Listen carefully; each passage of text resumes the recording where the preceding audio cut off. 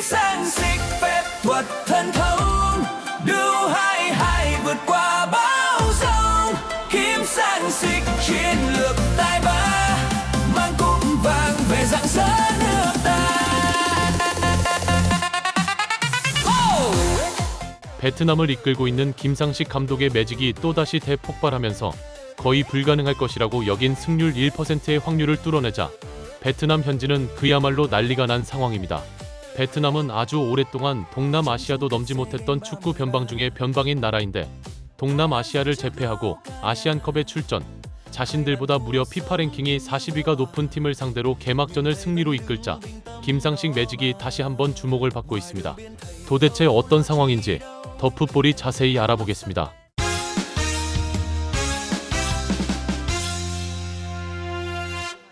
김상식 감독이 이끄는 베트남 23세 이하 축구 대표팀은 6일 사우디아라비아 제다의 킹 압둘라 스포츠시티에서 열린 2026 아시아 축구 연맹 U23 아시안컵 조별 리그 A조 1차전에서 요르단과 개막전에서 맞대결을 펼쳤습니다. 요르단은 피파 랭킹 64위, 베트남은 107위라 객관적인 전력상으로 압도적인 우위인 요르단이 베트남을 가지고 놀 것이라고 현지 다수의 매체들은 전망했습니다. 하지만 베트남을 이끄는 김상식 감독은 우리는 조별 예선을 넘어 8강을 목표로 하고 있다는 거의 허언에 가까운 각오를 밝혔는데요. 이것이 현지 매체들 사이에 큰 주목을 받지 못한 이유는 베트남은 동남아시아권도 넘지 못하는 축구 변방 중의 변방이었고 아시아권에서는 박항서 감독이 이끌 때를 제외하고는 아시안컵 조별 예선조차 넘은 적이 없었기 때문에 이 각오를 들은 요르단 매체들은 속으로 코웃음을 친 게 사실입니다.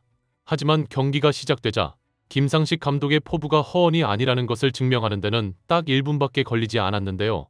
전반 1분경 베트남은 상대 페널티 박스 바깥 25m 근방에서 중거리 슈팅, 이것을 요르단 골키퍼가 가까스로 쳐내면서 이 장면을 본 요르단 축구 선수들을 놀라게 했습니다. 일부 전문가들은 이 슈팅이 나오는 기점 패스부터 본다면 조직력에서 요르단이 베트남에게 조직력 면에서 아예 상대가 안 되고 있다는 충격적인 장면이다라고 말해 많은 팬들을 놀라게 했습니다. 이 상황이 전반 1분경이라는 것을 감안하고 봐야 한다고 말하면서 요르단은 여기서 공을 빼앗으면 굉장히 좋은 위치에서 공격을 시작할 수 있어 결정적 찬스를 맞이하게 되기 때문에 공을 빼앗기 위해 압박을 하고 만약 베트남은 이것을 탈압박하면 역습 찬스를 맞이하게 되기 때문에 경기 초반 양팀의 기세를 결정하는 중요한 장면이라고 말했습니다. 베트남 선수는 개인기를 통해 상대와의 1대1에서 탈압박을 해내는데 자신들의 진영에서 베트남이 개인기량으로 요르단 선수와 1대1을 한다는 건 자신이 있다는 거다라고 언급하며 탈압박이 된 상태에서 요르단은 베트남이 앞으로 전진하지 못하도록 이 선수가 달려들어 2차 압박을 해야 하는데 베트남 선수가 이쪽으로 돌파를 할 것이라고 생각하며 뒤로 물러나는 아니한 수비를 하다가 빈 공간에 있는 동료에게 패스가 연결된다고 말하면서 탈압박 후 패스 한 번으로 요르단의 이 4명의 선수는 완전히 제껴지게 되는데 베트남이 공을 앞으로 전개하는 상황에서 전력으로 따라붙어 공을 빼앗으려고 압박하지 않는다. 이게 요르단의 가장 큰 문제라고 말했습니다. 이 상황에서 요르단이 중원 압박을 설렁설렁하는 이유는 자신들의 진영에 4명의 수비수가 자리를 하고 있고 베트남 공격수는 여기 있는 단 1명뿐이라서 충분히 숫자의 여유가 있다고 판단하고 있는 것이라고 말하면서 그래서 이렇게 베트남이 공을 몰고 올라오는데 매우 나태하게 그냥 두고 따라가며 관전을 하는 수비를 한다고 말했습니다. 공이 최전방으로 공이 연결될 때 요르단 수비의 위치를 자세히 봐야 한다고 말하면서 베트남 수비수가 앞으로 전진하는 길목을 막아야 하는데 요르단 선수는 옆에서 수비를 하다가 베트남 공격수에게 제쳐진다.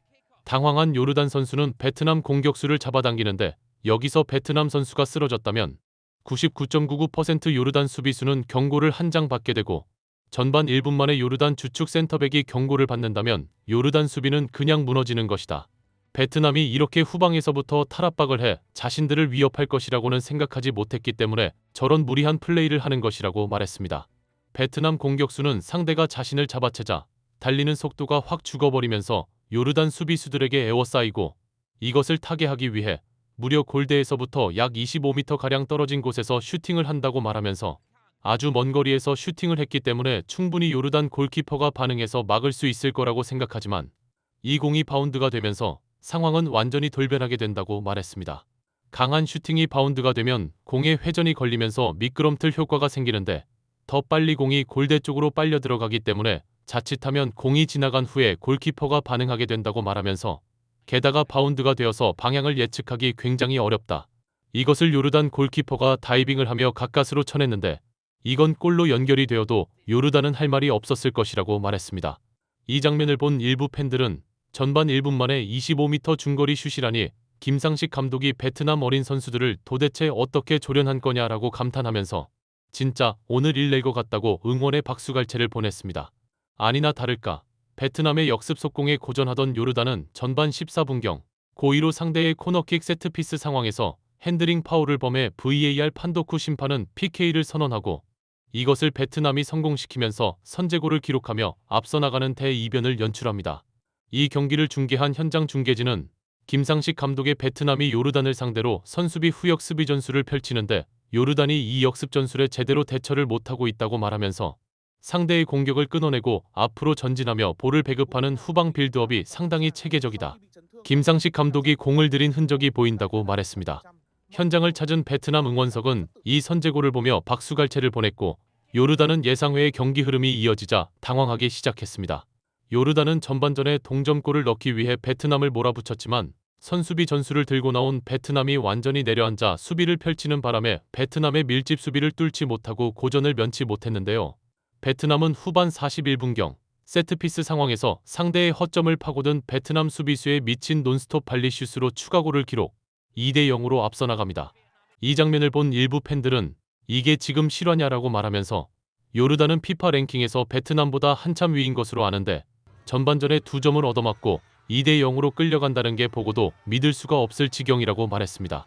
이 장면을 본 베트남 현지는 두 번째 골이 터지자 미쳐 날뛰면서 김상식 감독의 매직이 또다시 폭발하고 있다고 난리가 나버립니다.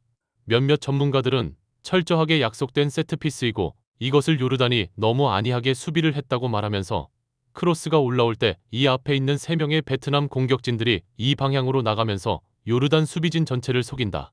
요르단 수비진은 앞쪽만 보다가 뒤에 이렇게 큰 공간을 허용하고 베트남은 상대가 어떻게 나올지 미리 알고 있다는 듯 뒤쪽 공간으로 공을 연결한다고 말했습니다. 이때 상대 요르단 선수는 베트남 선수를 악착같이 막아야 하는데 전문 수비수가 아니다 보니 베트남 선수를 놓치고 논스톱 발리슛을 그냥 지켜본다고 말하면서 김상식이 세트피스를 정교하게 잘 준비했다. 공격수가 아닌 센터백에게 이 마무리를 맡긴다는 것에 상대는 허를 찔렸고 선수비 후역습을 하려는 베트남은 수비를 견고하게 다지고 나온 상황이라 전반전에 2대0이면 이건 경기가 거의 끝난 것이라고 말했습니다. 베트남은 결국 이 경기에서 요르단을 2대0으로 꺾는 파란을 일으키면서 김상식 감독이 말한 8강 목표가 허언이 아니라는 것을 증명했고 이 소식을 들은 베트남 현지는 또다시 김상식 열풍이 불어닥치고 있습니다. 구독, 좋아요, 좋은 댓글은 불타는 제작 열정을 더욱 불타오르게 합니다. 시청해주셔서 감사합니다. 이상 더 풋볼이었습니다.